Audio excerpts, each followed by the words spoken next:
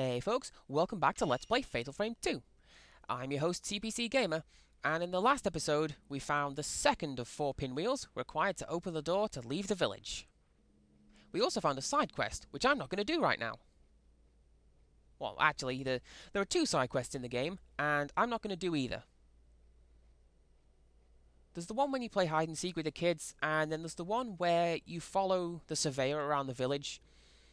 I mean, all it really does is get you a few extra entries in the ghost list, a fight with Makimura and his girlfriend at the end of it. Oh, it does get you a useless item as well, the bloody ring, but as I say, it's entirely inconsequential. And at this point, I'm pretty sure I've missed my chance to do it anyways. Speaking of useless items, there are actually 2 dummied items on the disc. I forget the specific addresses in the item database, but via hacking, you can put moon incense and moon grass into your inventory. The moon incense is the more completed of the 2 items. It still doesn't work at all, but it does have its own graphic. It's a box of incense sticks, and the description for the item reads, "Temporarily slows the drain of spiritual strength." Moon grass is pretty much just nothing. It has the same picture as the spirit orb from Fatal Frame 1, and it does have an item description. It says, restores spiritual strength when the scent is inhaled. Although, to me that sounds like it should probably be the description for the incense, because you don't inhale the scent of grass. Hey, how's it going?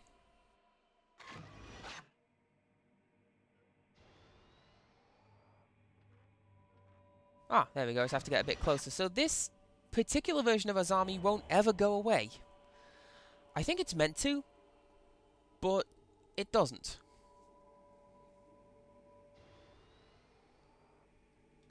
Just sort of, stands there looking creepy, hanging out. Scaring me. In this particular room, we have some Type 14 film, should you need it. But as you've seen from the previous video, I don't. So we can just go ahead and examine the revolving wall. Again, I wish my house had a revolving wall. That'd be cool. Oh hey, the Kiryu quest. That was easy. Let's go. Of course not.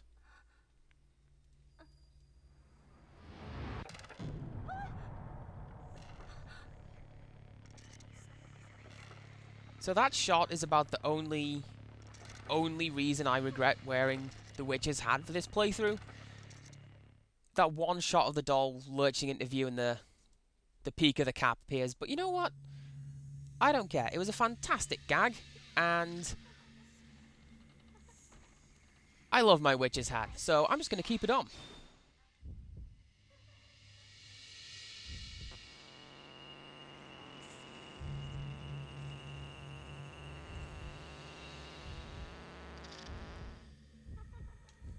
So once again we have a fight with Asami Anarkali, and I should probably mention, in the original version of this game you could actually run from this fight.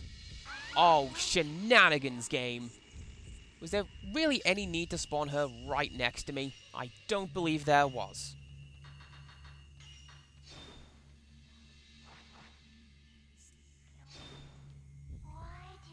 Still, not like I'm running low on healing items, is it?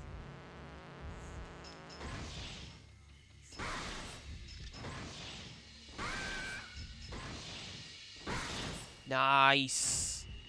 So, yeah, you kind of have to stick around for the fight in the director's cut, which is what I'm playing. And speaking of which, we saw the bloody-eyed ghost just now?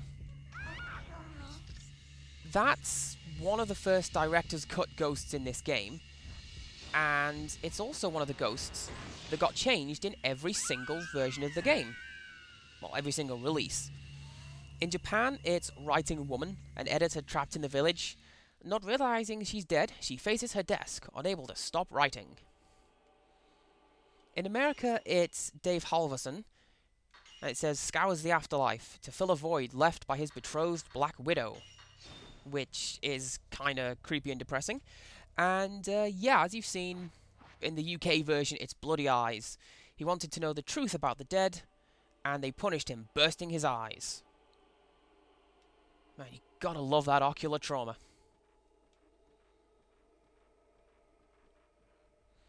While we're here, I think there's one last ghost to capture while we're in the building. Yeah, we've sort of reached the point of the game, kind of like in Fatal Frame 1. We do have an objective, but it's fairly open-ended, so yeah, we can just go ahead and start exploring.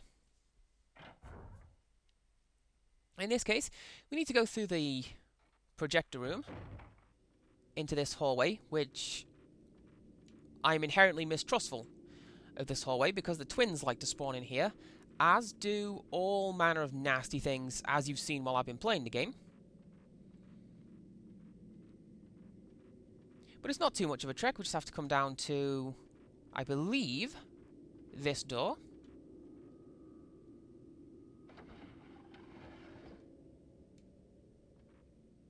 Ah, yes it is. And outside,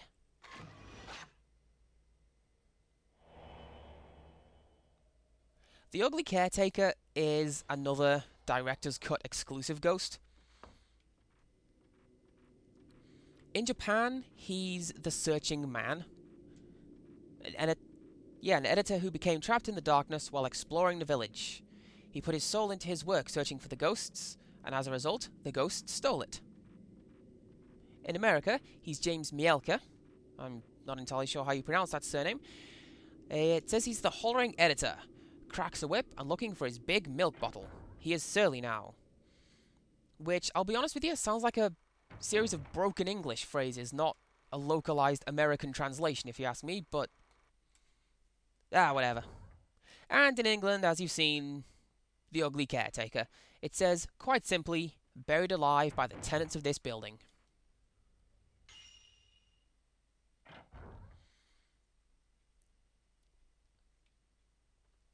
So as you've seen, we're welcome to leave the building. What is it with me and buildings in this game? I don't know what I'm talking about. Now we need to go right back to the hill where we started the game. It's a bit of a trek, and frankly, we risk being attacked on the way. But, well, to be fair, this game sort of ramped up the random encounter rate since the first time I played it anyway. I don't know if it's because I'm recording or if it's a curse of the Let's Player, but yeah, this game has decided that we really need more ghosts in our life. And speaking of which,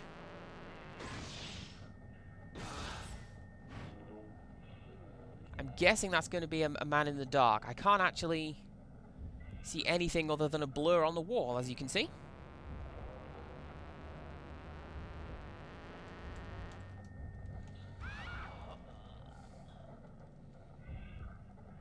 That was just me getting lazy.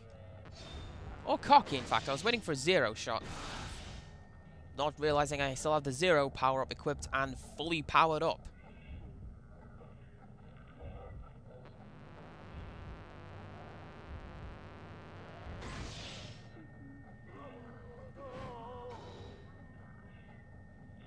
So as I was saying, we're very likely to get attacked on this route. Thank goodness we brought protection. Now, this particular part of the game kinda tripped me up the first time I'm playing the game. It's an area that I've not yet shown off, and well, it's an area that I didn't really know it was there the first time I played the game. It's kind of like the rubble room from the first game. That's why it tripped me up.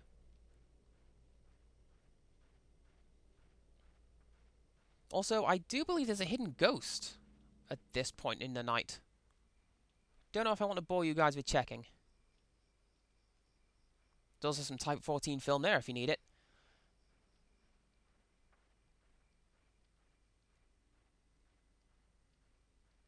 No, you know what? I'm going to check. Guess it turns up later on. With that said, I like how this game is a lot subtler in the ways that it changes the layout of the map and the items and the ghosts that you find. While the first game had a very abrupt end of part 1, start of part 2 thing going on, this game is more... it's quieter, you know, it's less in your face about the whole affair. It gives the game a creepy edge to it, suggesting that the world's changing around you at random, rather than moving along a predetermined path, even though it is. Now, ideally, I would have liked to have saved at that point, but... well, I'm actually going to, for once, stick to my promise of trying to save off-camera and not bore you guys by making you watch me do it.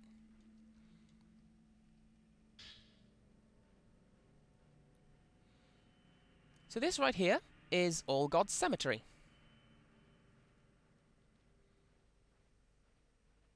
And you may have seen a brief glow on the camera's filament, and you'll probably have heard Mayu talking about it a couple of videos back, but we have to find a particular grave.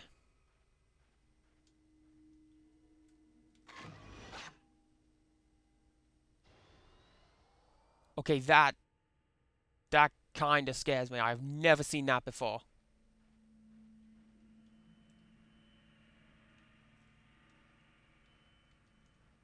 And I know a lot of the time when I say I've never seen that before, or I've never done that before, or I don't know what's going on, it's mostly a lie to keep you guys in the dark. Nope, I genuinely have never seen that before. Oh hey, there's also a spirit orb. Been a while since we found one of those, huh? Anyway, in amongst this little maze, I do believe this is our location.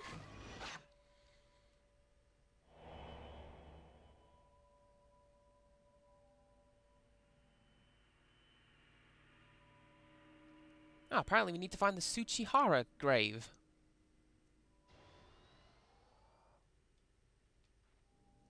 So let's go and find the Tsuchihara grave.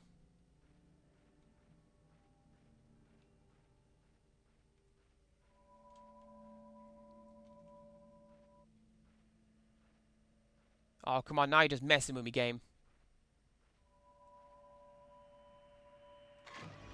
There we go. Oh, hey. I can see something in that picture. It looks a bit like the broken-necked woman. Oh, crap!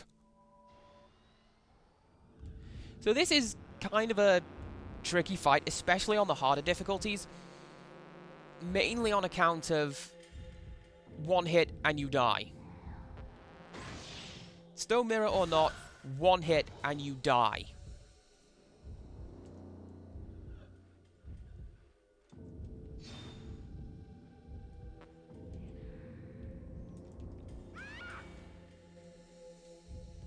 As you've seen on this particular version, she's no pushover either. So if you'd just like to bear with me for 1 second before I regain my composure.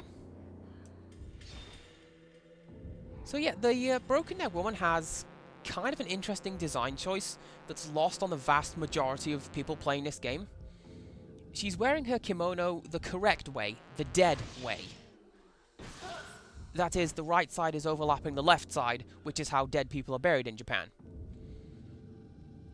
There is only one other ghost who wears it right over left, and you guessed it, it's bloodied kimono. But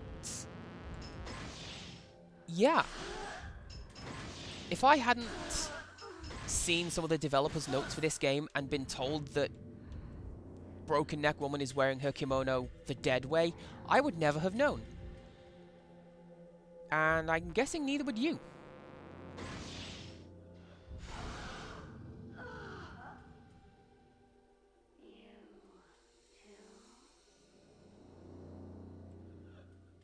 Alrighty. With the Broken Neck Woman gone...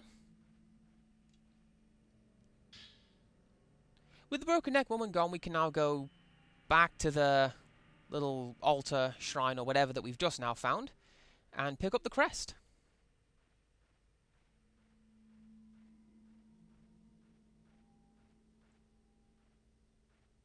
If my character will stop running.